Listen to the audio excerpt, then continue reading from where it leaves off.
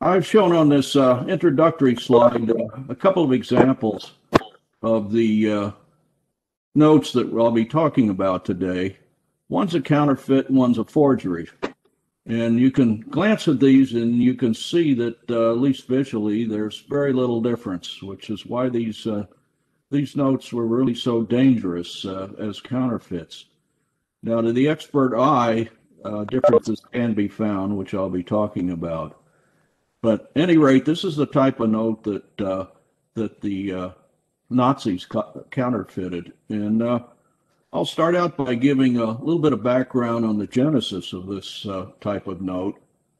And it started in 1694 when the Bank of England charter was first began, and the initial notes were these type of notes that really have very little resemblance to the modern note. This is a known as a running cash note, and this particular one is from 1699, and the original cash notes, which I seem to have lost the image of, these were entirely handwritten affairs, which were so easy to counterfeit. So by later 1694, they started partially printing the notes. And this is an example of one of these very rare notes that happens to be in the British or the Bank of England Museum.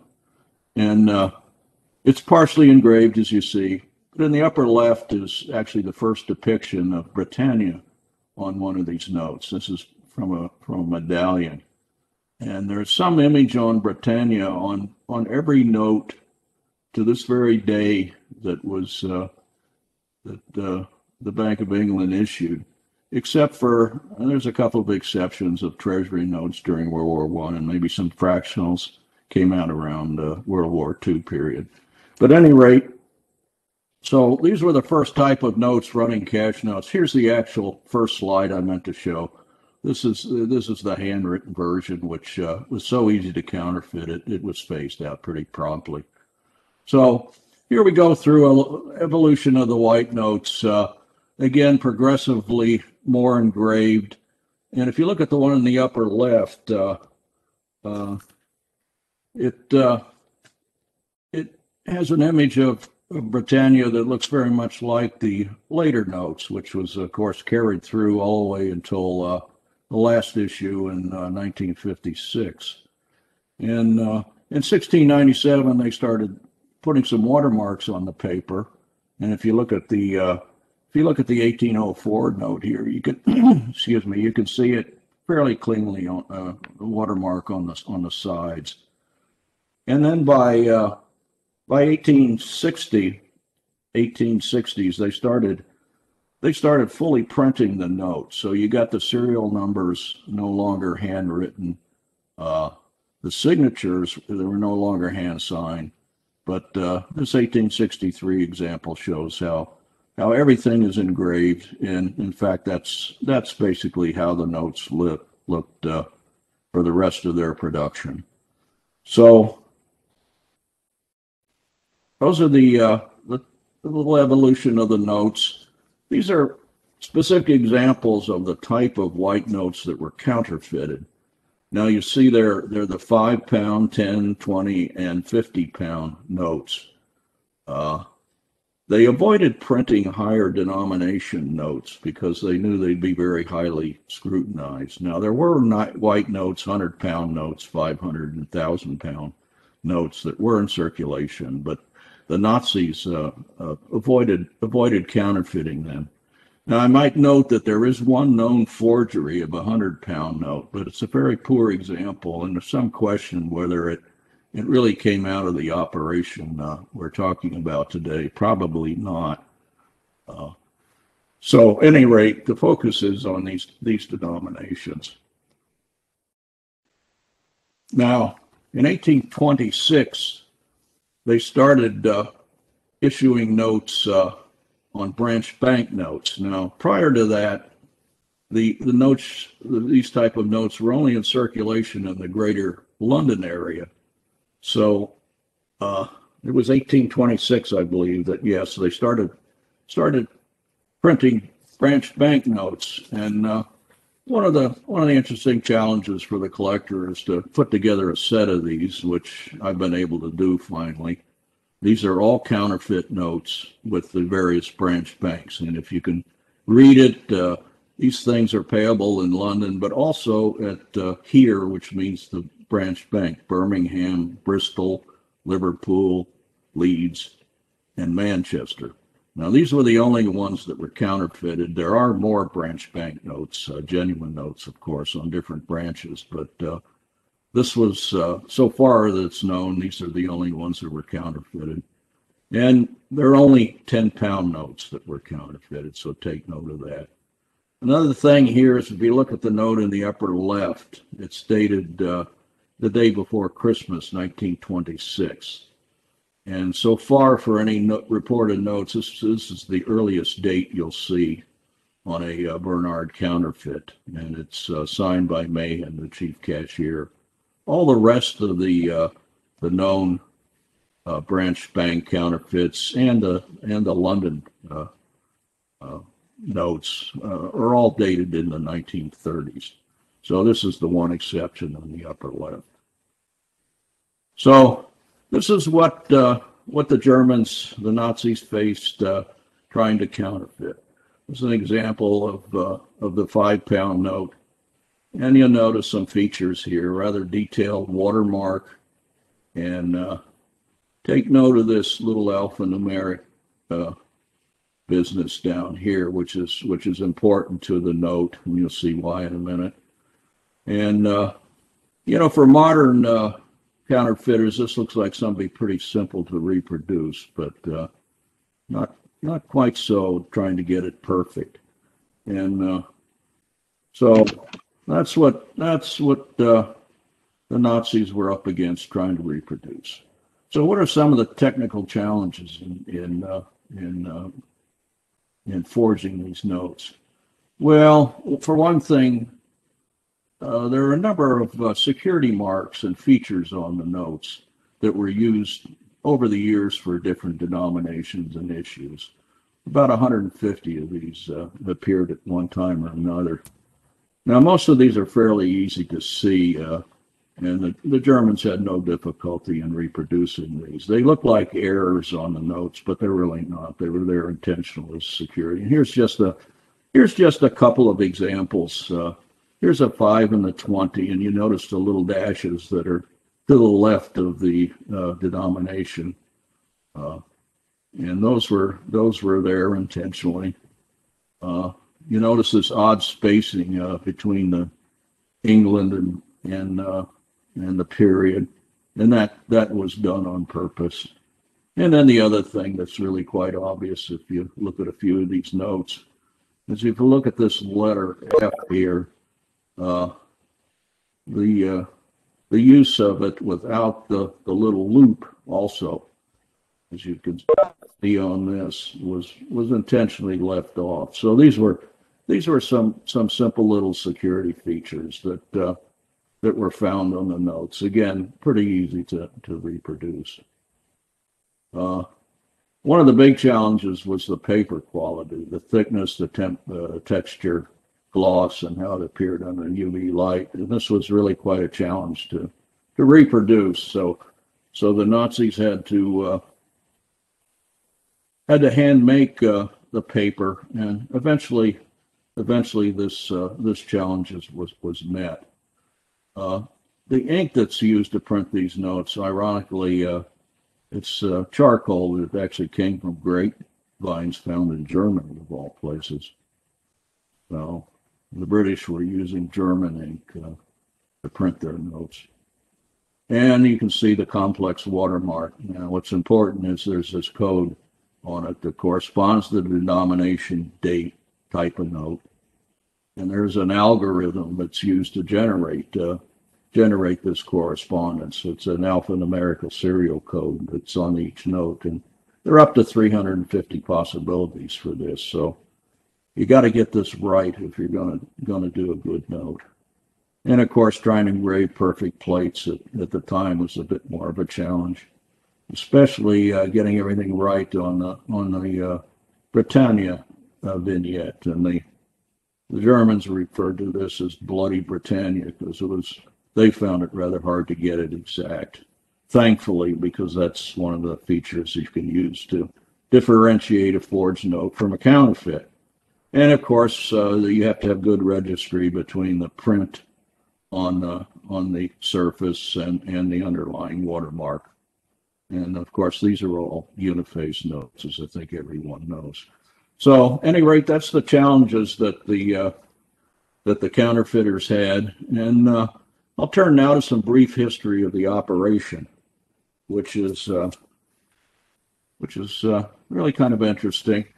The scheme to first counterfeit these notes and presumably airdrop them over England to destabilize their economy was first proposed by Arthur Nebe, who was an SS major in the crime investigation or criminal investigation agency of the SS.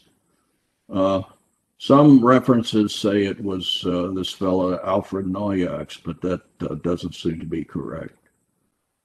The operation was approved by Heydrich and up to Hitler, and it was opened as Operation Andreas. Now, that's not named after a person. It's named after Scotland's St. Andrew's Cross, which is the X-shaped cross on the Union Jack. The operation took part in the technical department of the Sicherheitsdienst, which is the SS agency for intelligence and technical issues. It was started in a facility outside of Berlin under the command of this fellow, Alfred Neujax, who was known as the man who started World War II. Well, why is that? He was a SS major that directed, under the direction of Reinhard Heydrich, he staged this attack on a German radio station that was just across the border from Poland, using troops dressed in Polish uniforms. And this was ultimately used by Hitler as a pretext to invade Poland in 1939. Hence, he's known by many as the man who started World War II. So he headed up the operation. The operation did successfully produce the paper with some challenge, and the numerical system for numbering this and the appropriate watermark for the alphanumeric system was solved by the Germans. There's no evidence that they had a mole in the Bank of England, but it was just through examination of lots of notes by mathematicians and statisticians they figured out this number system. They did engrave fairly decent notes, but they were all flawed. In 18 months, they printed only about 500,000 pounds of these notes. And Neujax didn't get along too well with Heydrich and vice versa, and the operation was terminated in 1942. And then in July 42, comes center stage SS Major Bernhard Kruger. And there was a plan to restart the operation at the Sachsenhausen concentration camp using Jewish and Polish prisoners who were skilled craftsmen under the command of SS Major Bernhard Kruger. And here is the infamous Mr. Kruger at the time in his full SS regalia.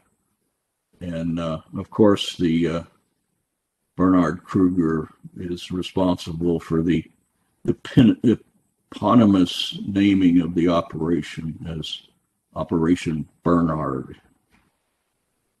And in September 42, the first prisoners arrived, 80 more in December, and eventually about 150 total skilled craftsmen, engravers, etc. And the people and the technology needed to forge notes. So they were assembled in the Sachsenhausen concentration camp.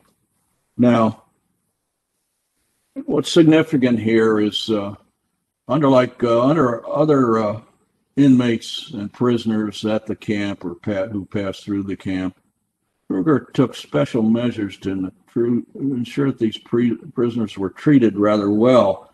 Now, Kruger, of course, was no humanitarian, and he was, quick to have prisoners who got out of line beaten, but he understood that it was important to have the proper atmosphere for enable the prisoners to do this rather exacting work.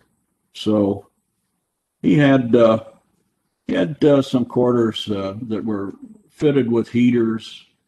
Prisoners got hot meals, individual beds, radio, newspapers, and there was even ping pong tables for the prisoners. So he wanted to make sure there was a suitable environment to get this hard work done.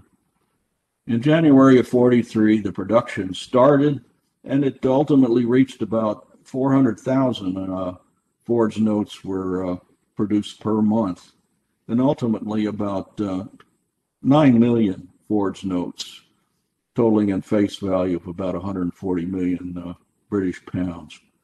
And about 10% of these notes were very top grade, very hard to detect as forgeries, and these were commonly used for use in neutral countries and exchanges at banks and that sort of thing. About 40% of the notes produced were 5-pound notes. And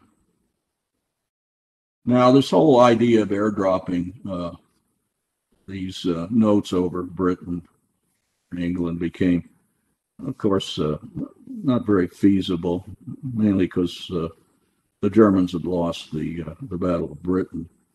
So instead, there was a money laundering operation started to exchange the currency, purchase materials, pay agents and spies on the continent and elsewhere. That was started under this character, Friedrich Schwind. Now, Schwind is not a very nice person, frankly. He was a counterfeiter, smuggler, arms dealer, and he built a network of some 50 agents to disperse these forged notes throughout the continent. And he's a fellow that arranged to pay a famous spy named Cicero, which I'll talk about briefly later. And these forged notes were also used to finance the famous Otto Scorzeni's operation to rescue Mussolini in the 40s. After the war, he went to South America, and he was a business associate of the notorious Klaus Barbie and Joseph Mengele. He was deported in Germany in 1979. He was tried for manslaughter. He got a suspended sentence, eventually died in 1980. But he was a important principle in this whole operation for the money laundering and distribution of these notes. Now, by March '45, the Germans obviously were losing the war, and the operation ended. Equipment and supplies, and ostensibly all but 4 of the ill prisoners who were executed were transported to ultimately or eventually to the Mauthausen concentration camp. Now, there were 4 prisoners who were executed that were part of the Operation Bernhard operation. And but contrast this to the fact that during this period, some 200,000 prisoners passed through Sachsenhausen concentration camp, and 100,000 of those died there, mainly from disease, executions, and overwork. So again, it's another reflection that the prisoners were treated relatively well, if you will. And the Germans took care to box up and sink another number of these notes in crates below the oxygen level in Lake Toplitz in Austria, and ostensibly for later use. and some of the notes were carelessly tossed into nearby rivers. So that's a bit of a history of the operation. So let's now turn to this whole issue of how to detect a Bernhard forgery. Uh, First thing to maybe perhaps look for is the date on a note and the serial number prefix. There is a updated compilation of known forgeries, the dates and the serial number prefixes for them, and serial numbers, ranges, etc. So that's one possible diagnostic. The problem is all dates and prefixes for the forgeries also appear on genuine notes. And this is kind of a fun challenge for the collector as well, something I managed to pull off. And that's to put together a type note set of the various denominations that were forged with exactly the same date and serial number prefix as the issue note.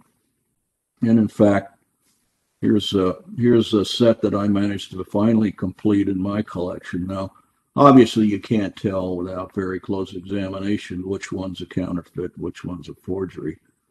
But at any rate, the one's on the left and this one on the bottom. I'm sorry, this one on the one on the bottom and the ones on this side. These are all forgeries, but you'll notice that they have exactly the same dates if you can look closely. So that's a fun challenge for the collector that's interested in this sort of thing. Now, a point that cannot be emphasized enough is although there were some 22 differences in printings between a counterfeit and a genuine note that have been identified, there's really no single difference that's sufficient now to distinguish a forgery from a genuine note. Now, there are some exceptions. So you got to keep this in mind when you're trying to tell if a note's a forged note. You just can't look at one feature. And look at some of the ways to differentiate these notes that I find, at least personally, particularly useful. Now, for the 5-pound notes, as many people know, there's this feature in the watermark, the line that goes to the foot of the N in England on the bottom of the note. And on probably 99 or more % of the fives, now only the fives, you'll find that a genuine note, the watermark is to the left of the foot, but for a forged note, it's virtually dead center. And we can blow this up a little bit if you can see this. Here's the forged note, and here's the genuine note. So you can see this watermark is offset. Now, this diagnostic doesn't work necessarily for higher denomination notes, especially the 20-pound notes. There are a lot of genuine notes that this line looks like it's just about in the center of the N, which it should, the foot of the N, which it shouldn't be. At any rate, I've been told by experts, although I've never seen one, that there are forged notes where the line is off also to the left of this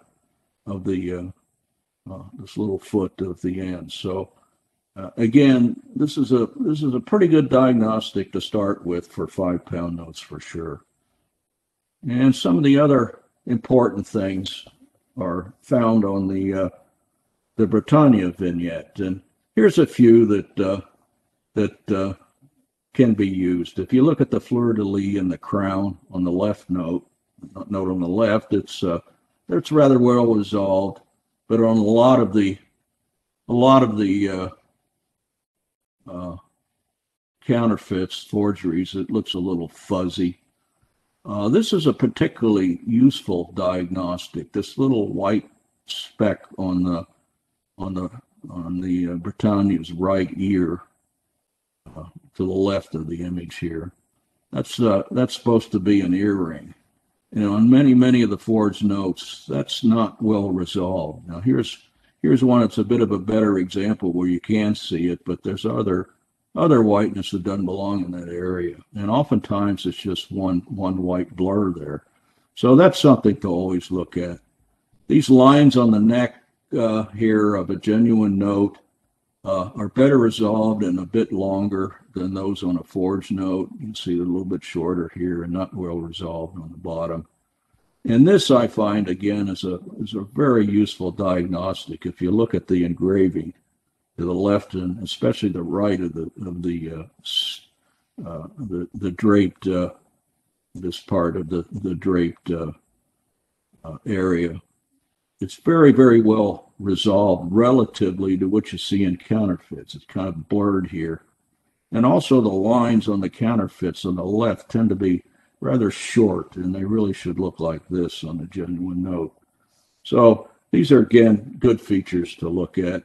And the last one that I find generally useful is to look at these little engraved balls that are around the denominations on the various notes. And again, these should all be, if you look at the genuine note, they should all be fairly uniform in size and round, with the exception of some of the ones that are at the corners or at the tips. This one here, notably, is larger than the rest. But if you start looking at these counterfeit notes, you can see how these things, they're a little bit irregular shape. They're kind of squished down. These guys are flattened. And notice how a lot of these look like they're sitting up on stems, which is not the case for a genuine note. You see, these are all sort of partially buried in the lettering. So these are kind of flattened in here, whereas these look like they're sitting up like stems. That's another very good thing to look for. But once again, caveat, it's not always foolproof. So you got to look at other features. I would suggest that you look at maybe 2 or 3 of these before you can be fairly assured that you're looking at a genuine or a forged note. As I did mention, there are some exceptions. There are a few sufficient conditions to distinguish a Bernhard forgery. Now, sufficient, which means if it has this feature, then it's definitely a forgery. So first is what turned out to be a rare blunder that was made by the Nazis, and that's on a 50-pound note. This looks like a great-looking note, June 1930. The problem is the chief cashier was not Pepiot in June 1930. Pepiot didn't become the cashier until 1934. So it should be Catterns. So if you run across a 50 that's dated with this early date, 1930 date, and it's signed by Pepiot, it's definitely a counterfeit. This should be obvious to anyone. Any post-World War II dated note cannot be a Bernhard forgery. Well, believe it or not, there are some sellers that sometimes list them as forgeries on eBay. No kidding. Stupid. So far, there have been no 1940s dated reported forgeries. So they'll all be 1930s dates, except for that one branch bank note that I pointed out that's 1926. And the only branch banks that are known to have been counterfeited were 10-pound notes. So if it's not a 10-pound note, it's more than likely not a Bernhard forgery. None have been seen. And the 5-pound notes should all be signed by Pepiot. Otherwise, none have been recorded as a forgery. So these are some sufficient conditions as far as we know for identifying a forgery. Let's see what happened to the operation. Some of the highlights after the operation was shut down. In April of 45, with the Allies approaching the Mauthausen the concentration camp where the Sachsenhausen prisoners were moved, Kruger addressed them and thanked them for their services, etc. And then he disappeared. In May, the prisoners were moved to the Edsonay concentration camp in groups for execution. But fortunately, this was never carried out, with the Allies breathing down their necks. And in fact, in May 6, 1945, the camp was liberated by Red Army troops. So the prisoners were not executed. By June 45, there were estimated now to be some 15 to 20 million counterfeit notes in circulation at the end of World War II. Most of these on the continent. How many actually got to the UK, through these money laundering operations on the continent are really not clear. But by the mid-1940s or early 43, I believe it was, that the British realized that there were counterfeits around, and actually in 1943 they started to stop issuing any notes that were higher than £5 in denomination. And by 1944, they actually started changing the £5 notes. These were usually dated 45 and 40. You will see this metallic line that's in these notes as a way to distinguish the genuine note from a counterfeit. But certainly by 1945, there were no white notes of denominations higher than £5 that were issued. So, and the British actually kept this whole operation a secret to the public until the early 1950s. What happened to Mr. Kruger? Well, eventually he turned himself into the British after 18 months. Now, interestingly, he wasn't prosecuted because counterfeiting on the continent was not a crime in the UK. In fact, it was questionable if it was a crime anywhere at the time. And he turned him over to the French, who wanted to recruit him to forge passports, actually, which is something that he originally started doing even before the operation. He decided not to do that, and he left for France in 1948. Then in roughly 1955, he was found and underwent a denazification process in Germany.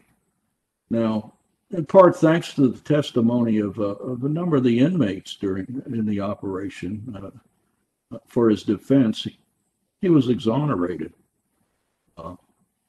And then he found work as a salesman for a paper manufacturer. Well, why the explanation mark? Well, it was one of the paper manufacturers that was actually used to make the paper that was used in the operation, Bernhard. He eventually died at the age of 89 in 1989. In 1952, there was a movie called Five Fingers that was released. And this was about the time that there was an article, I believe it was in the Reader's Digest around this time, that published an article on the operation. And this was actually the first announcement to the public that there was a counterfeiting operation going on during the war. At any rate, this film Five Fingers came out. It's actually a pretty good movie. It does take its liberties at some facts, but nonetheless, it's about this famous spy, Eliza Basna, who was known as Cicero. That was the German agent's name for him. It's a decent movie, as I say, and starring James Mason as playing the role of Cicero. And a little bit about Mr. Basna. He was an Albanian Turk who he was an agent for Germany, and he's a valet for the British ambassador in Ankara, Turkey, which was a neutral country. And this British ambassador had access to a lot of military plans by the British, and Cicero is the one who photographed a number of these military plans and turned them over to the Germans. And for his services, the Germans paid him up to £300,000 for his services, and but he did pay him in forged notes. Now, Cicero thought he was a wealthy guy, moved to South America, and then it was realized he was passing forged notes. So he eventually died as a destitute person. So much for Mr. Basna. Now, many of these notes that I had mentioned that the Nazis had boxed up and dropped in Lake Toplitz in Austria, these were recovered starting in the 50s up to 1963, and many of these, almost all the current notes that the collectors could get their hands on came from this source. And here's some pictures of the retrieval of these notes that went on over the years. And here's bottom left is actually one of the printing plates that was recovered. And of course, if you look at this printing plate, it tells you that all these notes were really printed by letterpress. They were not intaglio printed notes.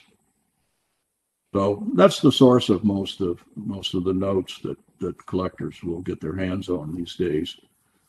The most famous inmate was Alfred Berger, who was a topographer, and he published his memoirs about this operation, first in Czech and Slovak, and later in German. In 2007 to 2009, over that period. And there was a film called The Counterfeiters that was based on his memoirs, and it actually won the Academy Award for Best Foreign Language Film in 2008. Memoirs were eventually published in English in 2009. Book still in print available. It's called The Devil's Workshop. December 2016, he passed away at the age of 99. He was the penultimate survivor of the Operation Bernhard. The last survivor was an ex-inmate named Hans Walter, who was a banknote inspector for the operation. He died in April 2018 at the age of 96. And let me show one more thing that came to my attention after I'd actually put together this talk, courtesy of Fabrizio Rapone. This note has some contemporary signatures on it. One's of the aforementioned Hans Walter and Klaus Berger, and it's also signed in the upper right by a fellow named Jack Flatler, who was a prisoner in the camp, and he was a calligrapher. So this is an interesting note that at least some of the longer surviving members had the opportunity to sign. Berger actually dated his signature in 2010 here. So that's an interesting piece of history associated with this operation. There are many references to Operation Barnard, and I've listed some here that I find most interesting and most useful. There was a book published by Brian Burke in 1987 titled The Nazi Counterfeit Operation During World War II.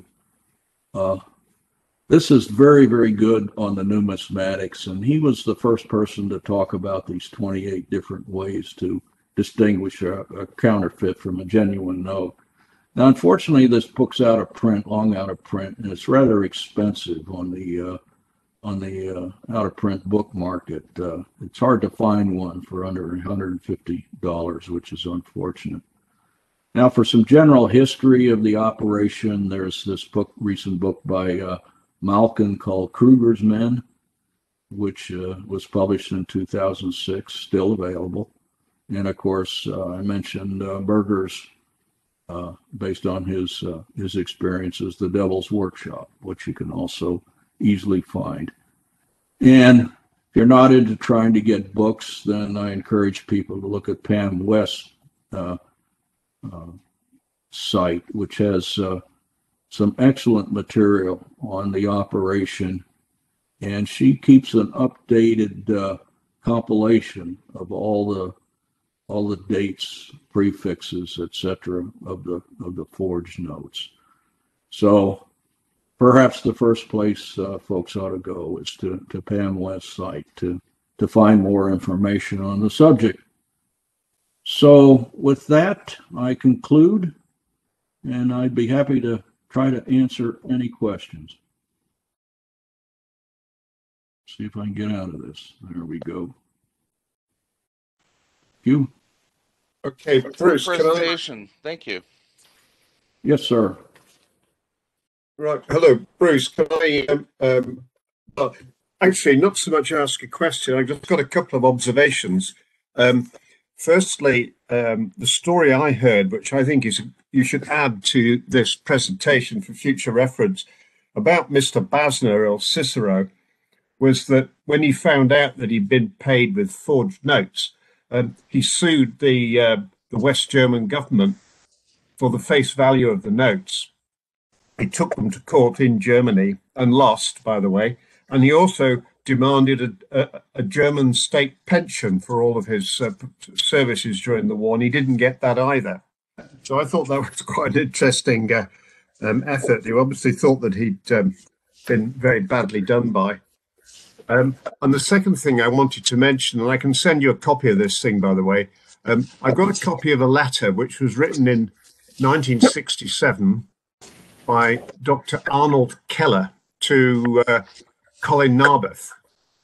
And he talks about a number of things, but he does include some discussion of these forgeries. And he says that the hundreds, the 500s and the thousands were forged, but were never actually put into circulation.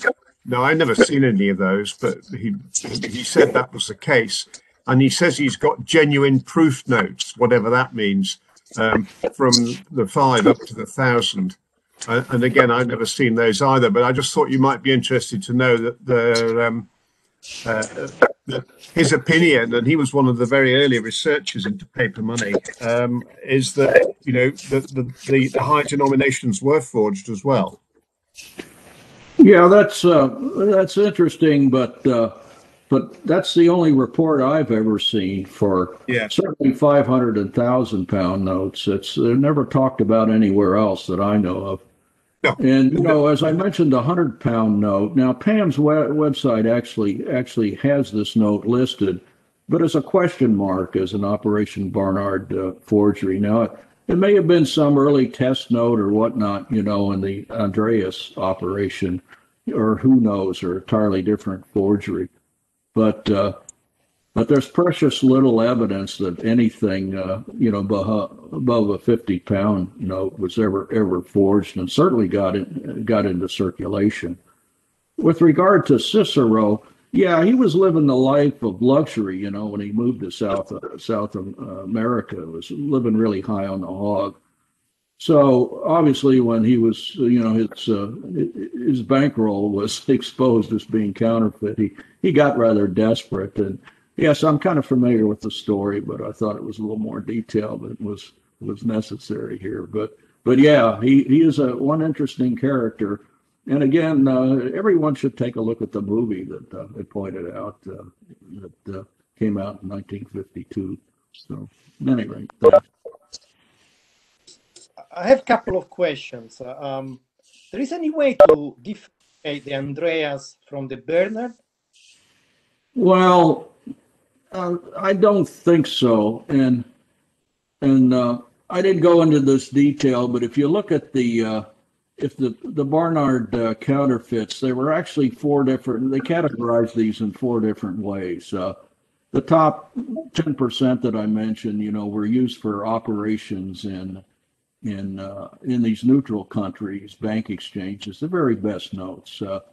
And then there was another tier of notes that was they had one minor imperfection, so called, and they were used to pay spies and diplomats and that sort of thing. And then as you get to major mistakes, where there were one major mistake, these notes were used less, and then finally the ones that had a couple of major mistakes were converted to pulp, really, for recycle. So if it's got serious mistakes on it, which in fact the Andreas notes presumably did, maybe that's a way to identify them. But I've not, unless somebody here knows, I've never seen anything definitive said about how you can distinguish these notes. So that's about as much as I know on the different operations. The second question is my curiosity. Any known forgery and genuine with the exact same serial number? I think there may have been a few of these that slipped through, but the Germans were very meticulous. They examined thousands of notes to get serial number ranges and took great care to stay outside of these known serial numbers and serial number ranges.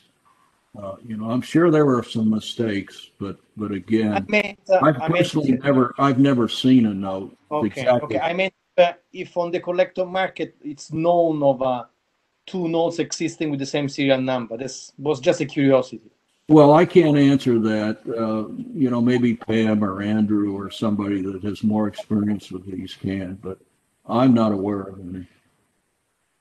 All right, thank you. Bruce, do you have a source for their having broken the codes on the watermark serials? No, but that reminds me, I should have mentioned this as a reference. On May 27th, on May 27th,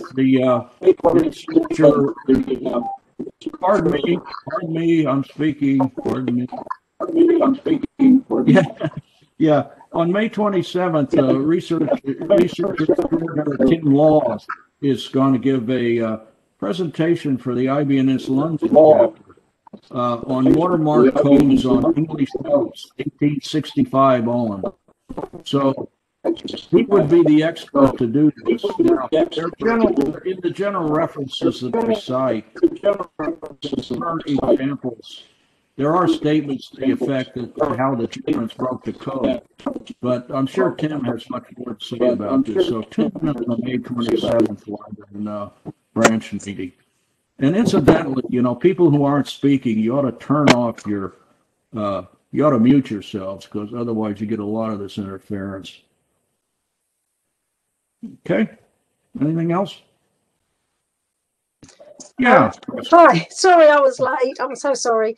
In answer to Fabrizio, mainly, it's very difficult to find a pair of same serial notes in white notes.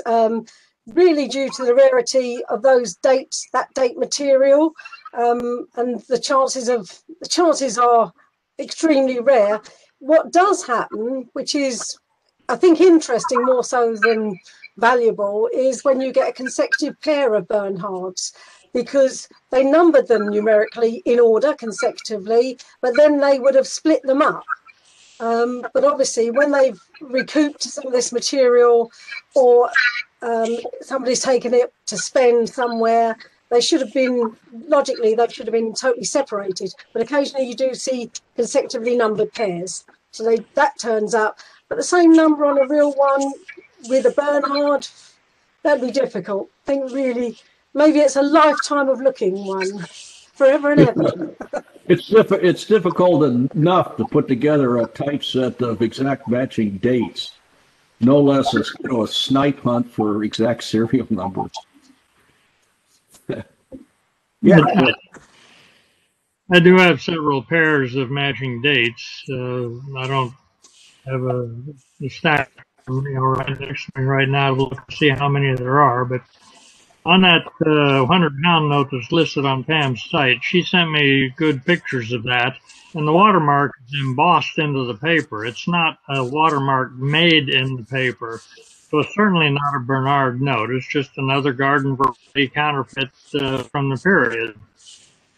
Yep, thought so.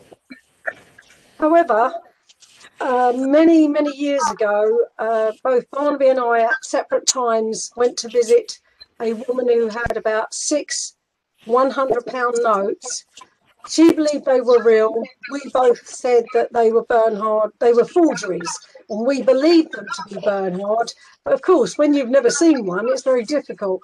And as far as I'm aware, that person still has them, or they've disappeared into the market. We are talking more than 20 years ago. But in those days, of course, no mobile phones, no cameras, no pictures. But definitely we saw a group of 6, which we believed were forgeries, but good quality ones. So, but that's all. I don't know. Other than that, ones that do turn up on the market, you know, it can't be guaranteed that they're Bernhard. I don't believe they're Operation Andreas, because I don't believe any of those really exist, not as quality products, which is why they didn't carry on with that operation. But yeah, very difficult to say to someone they're forgeries when they think they're real, and then of course they don't want to sell them because the value has diminished greatly. Any of the survivors has ever mentioned what they were producing, whether in the witness statements that they left, anyone has ever mentioned that they produce up to 100 or not? Do we know anything about that? Not from the inmates that I've seen, but there is that letter that, of course, Jonathan mentioned. The researcher apparently found something, but I've seen no testimony to that effect from any of the researchers or any of the inmates. So, yeah. The one thing that has occurred is occasionally an error appears on a Bernhard where the paper is not completed, or the printing is not completed. Of course, they should have been chucked away, but I believe there's 1 or 2 of those around. So that's a known thing. But we're talking about ink missing, maybe a sunblock or something like that. I think I certainly think Jos may have one, and I think I may have had one in the past. So, yeah. Pam was saying about the error. They did feature in the WhatsApp group a few weeks ago about that sunblock being missing. But I've got a question for you, Bruce. Yes, sir. Thank you for all the presentation. I learned so much about this field. But from your presentation, my question is, I watched The Counterfeiters, and they had a reference at the end about them preparing to forge the US dollar. Is there truth behind this, or is there information about this? Well, yes, in fact, there is. At the end of the operation, when Kaltenbrunner replaced Heydrich in May 44, he ordered the production of U.S. banknotes. And the problem was that it was much more complex artwork, duplicating the paper, and with the silk threads and all. And these things were Italio printed, which of course the Operation Bernhard folks weren't used to doing. And it's been reported that about 20 100-pound notes without serial numbers and rather inferior paper were produced. But that was it. So they never really got into any sort of reasonable production of any U.S. banknotes. So that's as much as I know about that. But there was an initiative to start that operation. Now, interestingly, when this whole operation, Andreas and all, was originally proposed, there was a suggestion to counterfeit U.S. banknotes, and Hitler nixed that idea because we weren't at war with the U.S. or he wasn't at war with the U.S. So he decided against that and ruled against that. So it was vetoed by Hitler early on. But as I say, Kaltenbrunner in the mid 40s decided to start that up, but it was really a failure. And you have to remember that the counterfeiters, there was a bit of artistic license. I'm not saying they didn't try to do the 100. I think they probably did, but they just couldn't succeed. Any way to spend money. But yeah, there is artistic license in that. You can't blame them. You know, they were fighting for their lives, and you can't blame them for anything. But certainly they some of them were not very happy with the outcome of the counterfeiters, and others weren't there to compare or give notes. So. Yeah, just as another aside here, when you talk to some people like Mark Tomasco, who some of you know, who's an expert in banknote and printing, engraving techniques, etc., and he is rather shocked at how a poor job that the inmates did in forging these notes.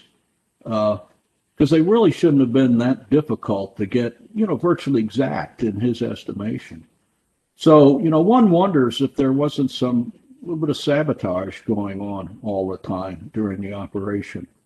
So I mean, that's an interesting twist on things. But as I say, the guys that really know about engraving and printing are rather surprised that there was as many mistakes, if you will, although very minor in most cases, that were made. So, personally, Bruce, I think they did that on purpose, but carefully, because I believe that the Bank of England also realised that there were forgeries out there, but didn't announce it because they didn't want to upset the United Kingdom with the value of our pound.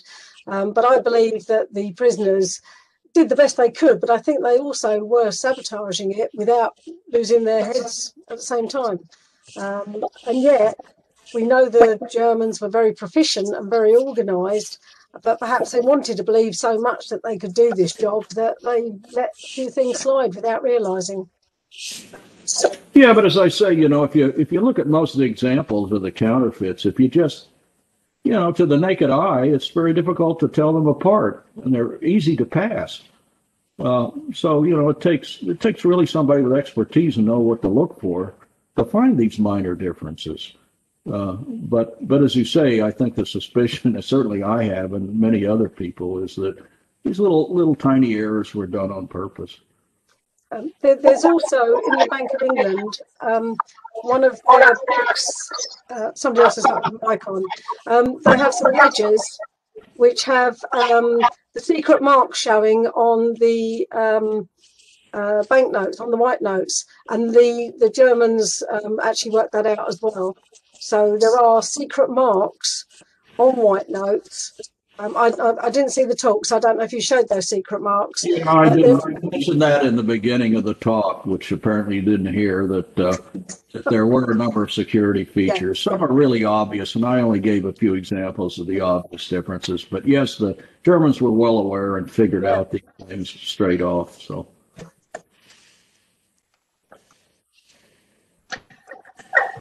Bruce, I'm just wondering if any of these white notes made it into the Southeast Asian theater, especially of the old British Empire, as the Japanese attacked the Southeast Asian ones.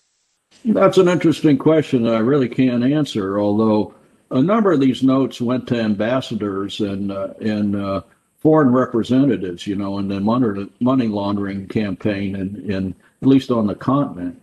So through that mechanism, I don't know if there were any of these notes that made it to Southeast Asia, but I really don't have any reference to that.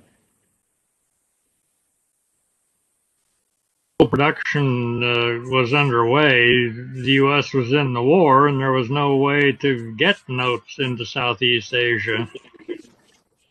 Well, not unless they had an ambassador or representative somewhere in the continent, in one of the neutral states. You talked about the recovery from Dick. Was there a private operation that did it so that it came to the numismatic market? I would have thought that sort of operation would be an armed operation. the notes. Yeah, I don't remember I don't remember, you know, how the operation was funded or who it was originally carried out, but it was done in a few stages, and there was actually one diver that I recall died from trying to recover these notes, and so the operation was definitely slowed down. But how it was originally sponsored and all, I don't remember, frankly.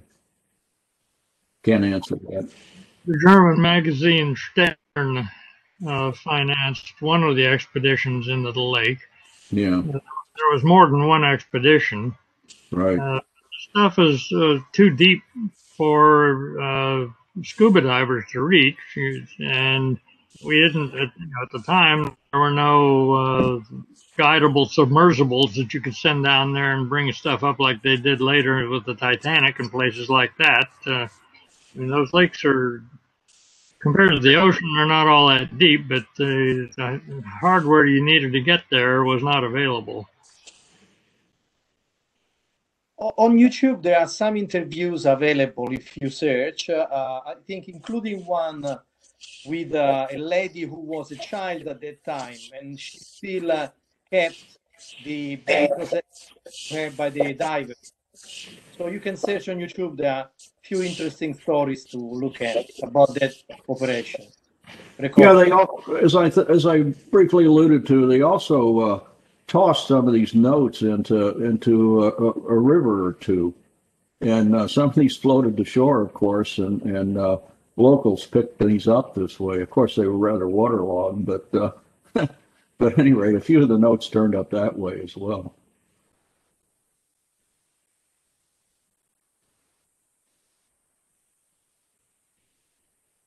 Okay. Well, Bruce? yeah, well, thanks for everyone's attention. Thanks for the questions. Wish I could answer more, but thank you. Thank you, Bruce, and thanks to everyone. I'll try to make it available as soon as possible on YouTube. So thanks again, Bruce, for sharing your knowledge. Okay, thank you. Thank you, Bruce. Thank you, guys. Bye-bye. Yeah, now. many thanks, Bruce. Good stuff.